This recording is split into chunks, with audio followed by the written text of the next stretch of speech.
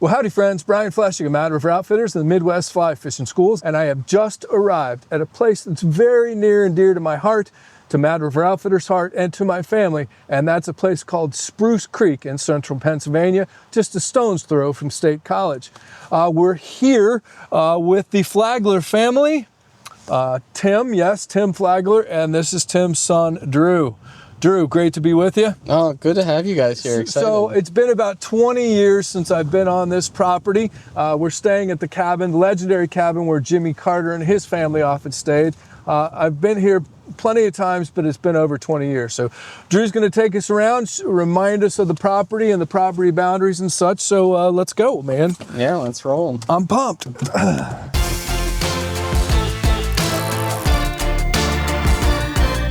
The most downstream portion of the property right now. We'll come back and kind of talk about a lot of this stuff as we go by it. Right now in November, we haven't had a spectacular amount of rain. We've probably got rain less than a week ago. Water levels spiked a bit, but we're back down pretty clear. We're looking for moving water for the most part, where a lot of these fish are going to move up against some of these little dams. But you can see that the river is gorgeous, kind of uniform in how wide it goes. You know, a little bit of fluctuation, but still got a decent water moving through here. Yeah. We call this the bench pool. Okay. Because this rock is kind of like a nice little bench. There might be more of a story behind this whole thing. There usually is. Spot's a little bit deceptive because it looks sort of unassuming. You can kind of see right to the bottom. Wow, that's clear. So usually we'll start from the back here, and this whole back section, especially that kind of dugout pit there, this little strip in front in that little rock, way better in the back than you think it would be. Working your way up, nymphing also all the way good up through that stretch. The big secret weird spot of this one that I've seen a couple of people get this fish, down and across where you see that yellowy greenish pricker bush is, right there, there's a hole, a drop, a pit, sort of a run right in front of it down there.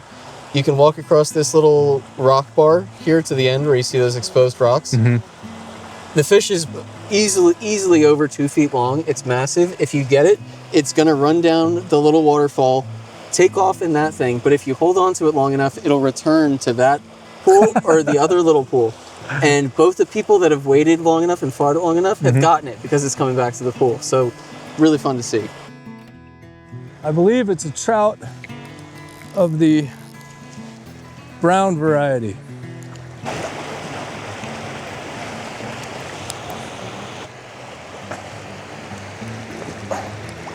He's ready, sorry. He's off. Sorry, yeah. Looks like we'll have to get another one. Yeah, we'll get another one. If you fancied to try Euro nymphing, that little stretch that we passed down is probably the quickest water. There's no fear that I would try Euro nymphing. I like your attitude. I like your... Don't worry, Drew. We get people all the time that ask us if we have a GoFundMe or Patreon where they can support the channel. And really, the best way you can support the channel is, first of all, subscribe, but then hop on over to Mad River Outfitters and buy something. After all, the truth of it is we are a retail store, we sell stuff, and that's what really helps us out. So hop on over to madriveroutfitters.com and show some support. Now back to the video. You know, I in my mind, I have forgotten how far down this went. Yeah, it doesn't feel extremely far. I mean, you see the bridge right there, but when you're walking it, especially this back part, this tree line from here back to the bridge, you kind of walk up through the water with that. Dad kind of calls it the baton death march because once you're in the water, there's no bank to kind of crawl to, so you kind of have to get up all the way to this side. This is the end of the property. Basically, the guy doesn't like you to go on the bridge. And you have a little waterfall thing there. That's the hard line, I'd say, to end it. If you wanted to fish on the right side of the bridge, totally cool.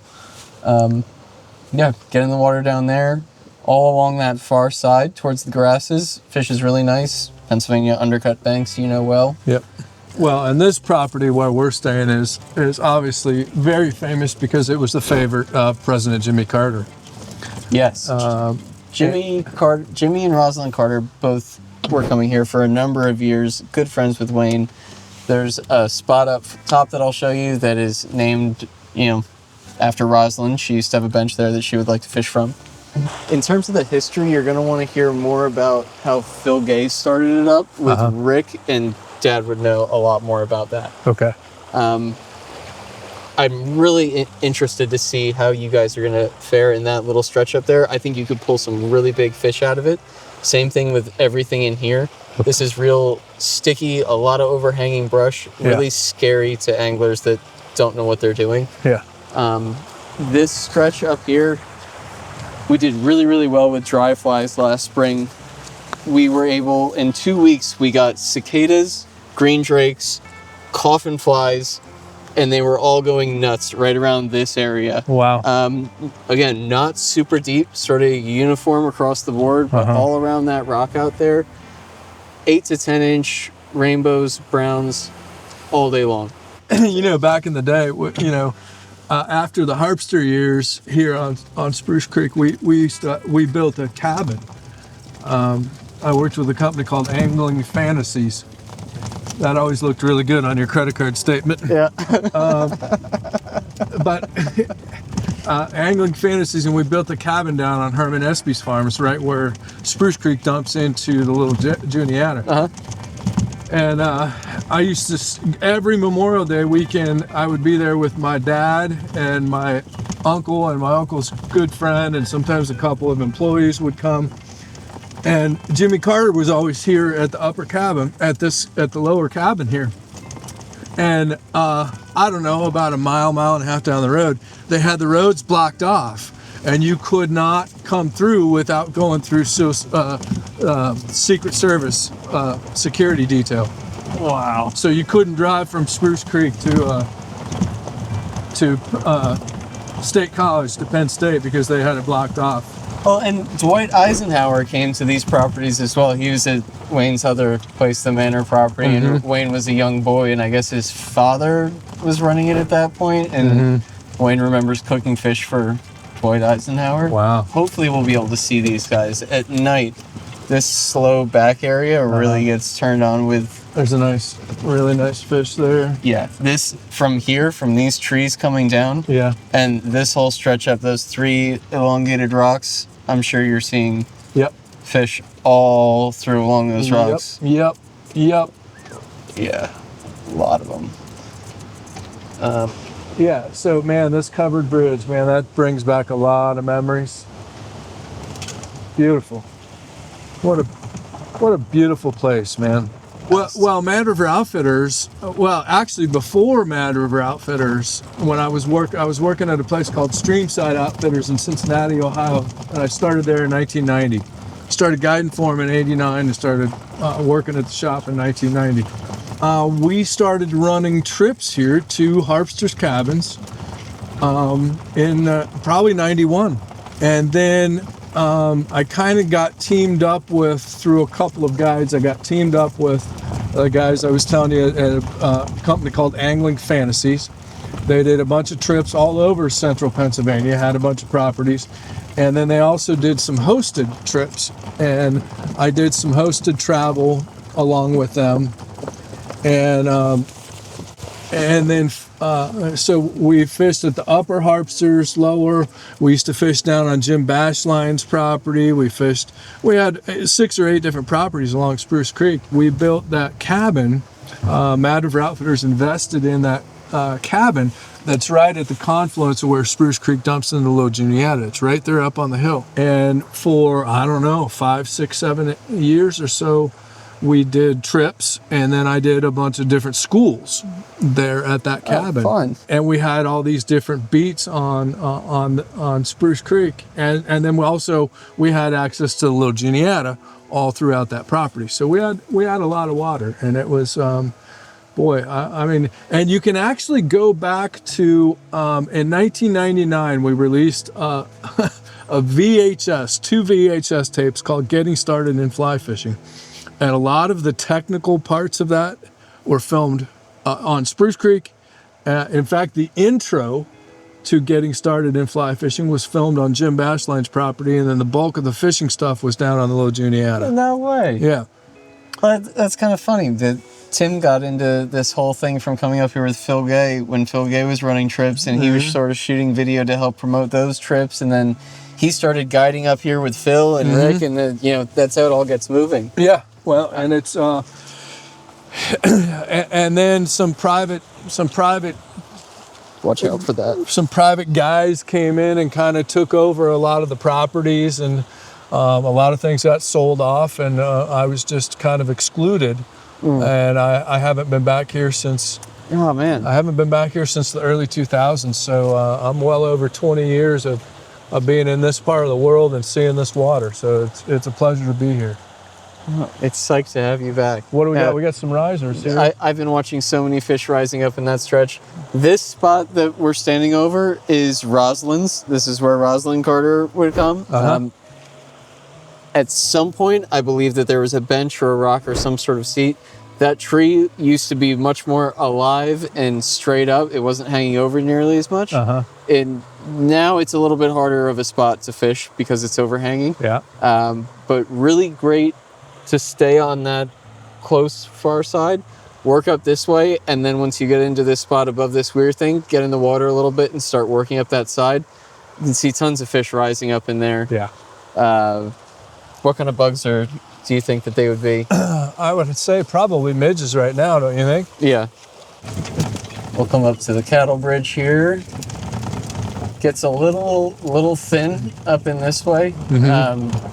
Definitely very fishable. We don't put a lot of the people that we guide in there just because they're not usually super great at, you know, not throwing them under the bus, but they're not amazing anglers. Sure. I'm sure you guys could step in any bit of this water and have a decent amount of success.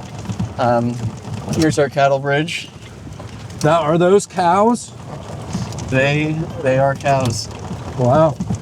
Pennsylvania's finest. The sights, sounds, and smells of Pennsylvania. Nice. So this is the meat hole. The meat hole. These little ripples, a lot of fun. Lots of great little fish in there. This is where you'll see, we might as well get out and just look at this here. Come up to the top. Virtually every line you see in there is a fish. Yeah. Suckers included, you know, for sure. But a lot of trout in there. We noticed this yesterday. They were sort of just getting all up in here. A couple rises off on the sides. Yeah. Yeah, there's a rise there. Some real big lunkers all the way into the back here. But here we can get back in. That's that's a big fish right there. Something to know. This, you can see people have tried to step in it. It's like quicksand mud. We're coming up on the higher up parts of the property now. These next couple pools kind of look alike, but they're all just fishy looking, right? Little dams, spillways. We're at the top of the property. Yep. Comes to close out in this little opening here. Nice.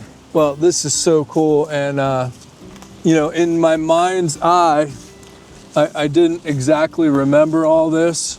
It's probably been 25, 26 years at least since I've been here at this cabin on this piece of property. And I remember fishing down around the covered bridge and around the cabin mostly. And, you know, we always had guides that worked for us as well. Sure. So they would bring people up in here. But man, what a beautiful little creek. It's such a pleasure to be back here, and such a pleasure to be with you, Joan and Tim. And you know what? I've seen enough. Let me up. I've had enough. Let's go fishing. Let's go fishing. Yeah. Oh, happy to have you guys here.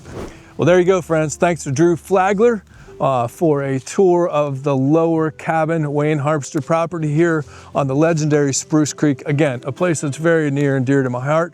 Brings me back to my childhood and to my early years in the business.